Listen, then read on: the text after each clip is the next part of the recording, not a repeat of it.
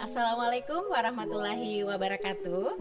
Hai, apa kabar sobat podcast? Di sini sudah ada saya, Misna, selaku host pada acara podcast hari ini. Dan sebagai informasi, ini adalah podcast perdana kita dengan judul Share to Care yang merupakan sebuah program dari tim B-Leaders BPS Provinsi Sulawesi Barat. Sebuah kebanggaan bagi kita saat ini kita telah ditemani oleh teman podcast saya hari ini yang jauh-jauh datang dari Jakarta. Beliau adalah Bapak Setianto yang merupakan Deputi dari Bidang Statistik Distribusi dan Jasa BPS RI. Dan tentunya Bapak Setianto ini sudah berkenan untuk berbagi kepada kita semua. Sesuai judul podcast kita adalah Share to Care, karena dengan berbagi tentunya kita akan semakin bermanfaat dan juga mampu memotivasi bagi orang lain. Baik Bapak, apakah sudah siap untuk memulai podcast kita kali ini? Iya, Mbak Misna. Iya, selamat siang Bapak. Selamat siang. Iya, suatu kebanggaan kami bisa berpodcast dengan Bapak, dan semoga tentunya apa yang nanti akan Bapak sampaikan akan memberikan insight yang sangat bermanfaat bagi kami selaku Learning Organization di BPS Provinsi Sulawesi Barat. Insya Allah. Iya. Dan kami sudah ada beberapa pertanyaan Pak yang dikumpulkan dari teman-teman di BPS Provinsi Sulawesi Barat, dan pertanyaan-pertanyaan ini kami tidak tahu siapa yang mengirimkannya, tapi karena tingginya antusias teman-teman di BPS Provinsi Sulawesi Barat ingin bertanya kepada Bapak, terpaksa kami hanya memilih beberapa pertanyaan saja karena memang waktu kita juga terbatas. Nah, pertanyaan yang pertama dari teman-teman yang ingin belajar dari Bapak, bagaimanakah seharusnya sosok pemimpin yang ideal itu? Ya, terima kasih Misna. Ini pertanyaannya sulit ini. Kalau menurut saya ya, kalau terkait dengan kepemimpinan, leadership itu kan sebenarnya ada di masing-masing orang. Tapi itu sebenarnya bisa kita pelajari. Kalau misalnya unit organisasi yang kita pimpin itu orang-orang yang benar-benar kompeten dan sebagainya, itu kita bisa dengan mudah mengarahkan anak buah kita untuk tujuan organisasi. Jadi pemimpin itu sebenarnya sifatnya situasional. Kalau misalnya kita sekarang sedang melaksanakan reksosek yang dikerjakan dalam waktu yang singkat. Sekarang pemimpin harus bisa mengorganisasi anak buahnya, mengoptimalkan anak buahnya, bagaimana kegiatan reksosek itu bisa selesai sesuai jadwal begitu. Kalau ada yang males-males, tentunya akan kita nasihati, kita tegur, dan sebagainya. Tapi kalau misalnya sudah mendekati deadline begitu, ya kita harus lebih tegas begitu. Ini sudah menjadi deadline kita. Kita harus sama-sama menyelesaikan pekerjaan kita begitu. Jadi sebenarnya situasional seorang pemimpin itu.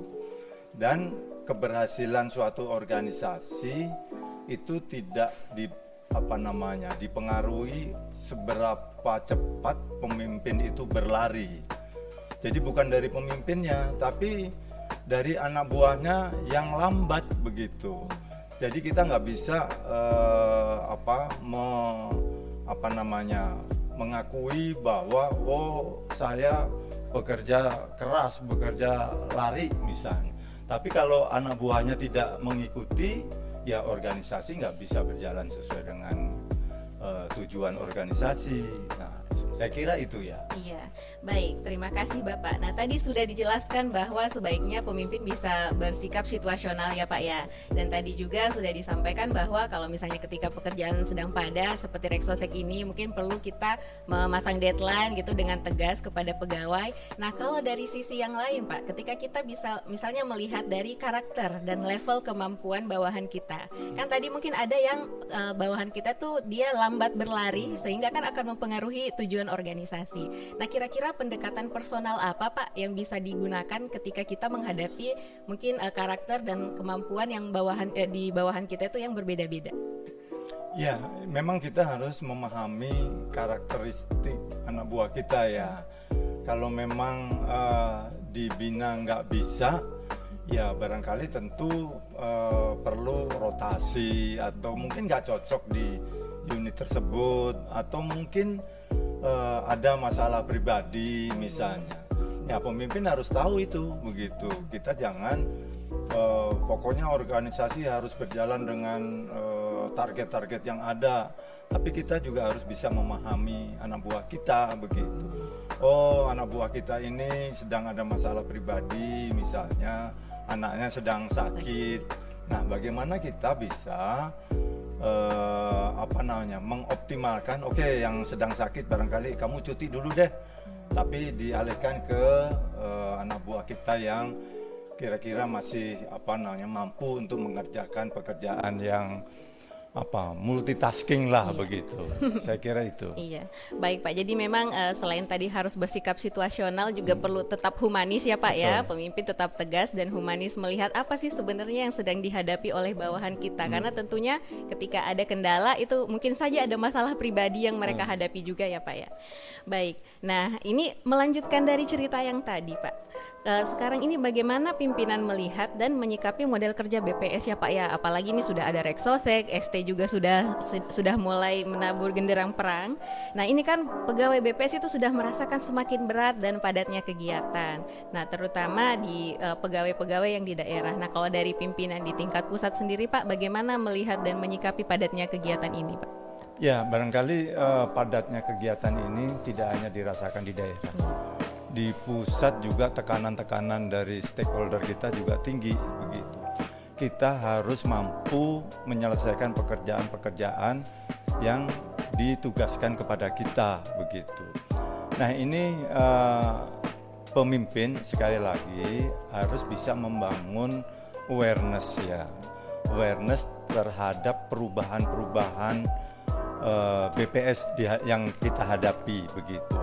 Sekarang tuntutannya semakin cepat, semakin banyak, semakin detil, pokoknya yang semakin itu sekarang menjadi tuntutan kita begitu. Di BPS itu, kepala BPS itu pontang-panting lari ke KL sini, memberikan penjelasan, baru sebentar sudah pindah lagi ke KL lain, dipanggil presiden. Kita harus siap materi yang akan dibawakan kepala BPS kita. Kadang-kadang tim di BPS pusat itu nginep jam 11 malam itu masih menyelesaikan target-target tampilan-tampilan yang akan disampaikan oleh kepala BPS. Salah sedikit di tampilan kita, di slide-slide kita, itu akan membawa dampak kepada BPS secara keseluruhan.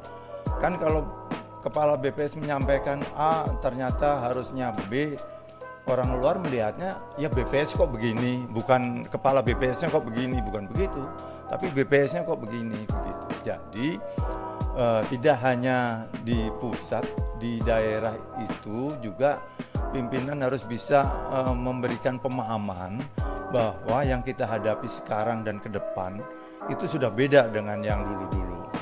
Itu barangkali penting bagi pegawai BPS, yuk kita sama-sama kita selesaikan tugas ini begitu.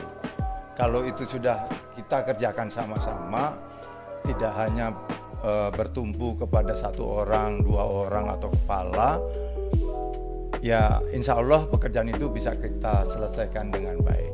Tentu saja bekerja itu harus dengan hati. Oh iya.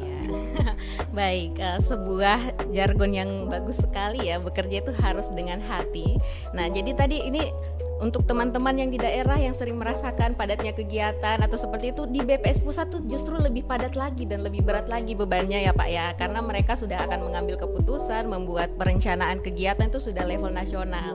Jadi kita sama-sama lah, daerah dan pusat, sama pusingnya, sama bebannya, kemudian sama kesulitan yang dihadapi ya Pak ya. Nah kemudian ini Pak, sekarang kan marak sekali penggunaan sosial media, dan juga sosial media ini sering dijadikan para ASN itu sebagai tempat curhat ya Pak ya.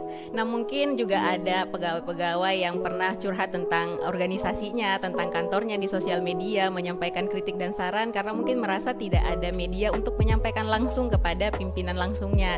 Jadi akhirnya menggunakan media sosial untuk curhat. Nah, kalau misalnya seperti ini Pak, kira-kira kalau pemimpin menghadapi hal itu ketika ada ASN BPS yang menyampaikan keluh kesah melalui sosial media, kira-kira bagaimana kira-kira keterbukaan pimpinan dalam menyikapi kritikan agar di lingkungan BPS kita sendiri itu tetap harmonis, Pak? Ya, pimpinan BPS itu selalu mengamati cuitan teman-teman di daerah begitu. Oh iya, Pak. Kadang-kadang kita rapatkan, loh kok si A ngomongnya begini, si B ngomongnya begini, masalahnya apa sih, kan begitu. Jadi kita juga aware Mbak Misna untuk teman-teman di daerah. Teman-teman di daerah juga meskipun kita bebas melakukan apapun, menyampaikan apapun, barangkali memang perlu kedewasaan juga begitu. Kalau istilahnya anak muda, jangan baperan lah begitu ya. Bener nggak? Betul Pak, betul Pak. Begitu. Jadi kalau mau menyampaikan sesuatu, coba dipikir sekali, dua kali begitu. Kita sudah pas belum sih? Tapi jangan ujuk-ujuk, ini bahasa Mandar kelihatannya, ujuk-ujuk ya. Iya. Dan ujuk-ujuk langsung di sosial media begitu. Kadang-kadang kita juga khawatir itu bisa jadi akan berbalik begitu ke mereka-mereka yang melakukan atau menyampaikan sesuatu lewat media massa, lewat media, tapi tidak sesuai konteks atau tidak sesuai dengan kenyataan dan sebagainya. Itu sebaiknya ya dipikir sekali dua kali lah untuk bisa menyampaikan itu. Pimpinan BPS peduli kok dengan BPS gitu. Ya, baik Pak. Jadi untuk teman-teman sobat podcast Share to Care, ini perlu kita ingat ya, hati-hati dalam menulis keluh kesah di sosial media. Kemudian pesan Bapak Setianto tadi, dewasalah, mungkin bijaklah ya Pak ya dalam menggunakan sosial media kita, karena takutnya nanti bisa berbalik dan juga bisa merusak nama organisasi. Padahal mungkin itu adalah perasaan kita pribadi ya Pak ya, sangat subjektif, tidak menggambarkan sebenarnya BPS itu sendiri. Nah, kemudian pertanyaan terakhir Pak, tidak terasa kita sudah sampai di pertanyaan terakhir. Seru sekali diskusi kali ini. Nah, Bapak kan pernah menjadi Kepala BPS Provinsi Sulawesi Barat ya Pak ya. Nah, kira-kira Bapak, kisah apa yang tidak terlupakan waktu Bapak menjabat sebagai Kepala BPS Provinsi Sulawesi Barat, Pak? Apa ya, selama 3 tahun kelihatannya semuanya nggak terlupakan. Wow, berarti Iya, spesial betul. sekali ya Pak ya di Sulawesi Betul, Barat. betul, Iya betul. Pak. Mungkin makanannya Pak, atau areanya, atau orang-orangnya, ada yang bisa Bapak ceritakan yang Ya, tidak terlupakan? alhamdulillah di lingkungan saya di Sulawesi Barat itu orang-orang hebat. Oh ya, orang-orang hebat. Orang-orang punya motivasi untuk maju begitu. Jadi saya nggak begitu kesulitan untuk memimpin teman-teman untuk bisa maju begitu. Buktinya kita walaupun provinsi kecil, kita dapat BBK yang pertama, begitu kan? Ya. Saya yakin juga nanti di era kepemimpinan Kepala BPS yang baru, Bu Tina sebentar lagi dapat WBBM. Amin. Itu catatan-catatan yang ya menurut saya membanggakan saya sendiri dan juga teman-teman semua begitu. Baik, jadi semoga banyak sekali kenangan-kenangan tak terlupakan. Kami tetap diingat dong Pak ya. Berarti kita-kita yang ada di Sulbar sampai Bapak sekarang sudah ada di BPS RI. Nah baik, itu tadi 5 pertanyaan yang kita punya untuk sesi podcast kali ini. Terima kasih banyak Bapak Setianto telah berkenan untuk berbagi insight kepada kita semua mengenai kepemimpinan dan menceritakan kembali kenangan manisnya ketika berada di Sulbar. Jadi ini adalah podcast Share to Care dan juga telah membahas kepemimpinan untuk episode 1 ini. Jadi sampai jumpa di podcast-podcast selanjutnya. Assalamualaikum warahmatullahi wabarakatuh. Waalaikumsalam.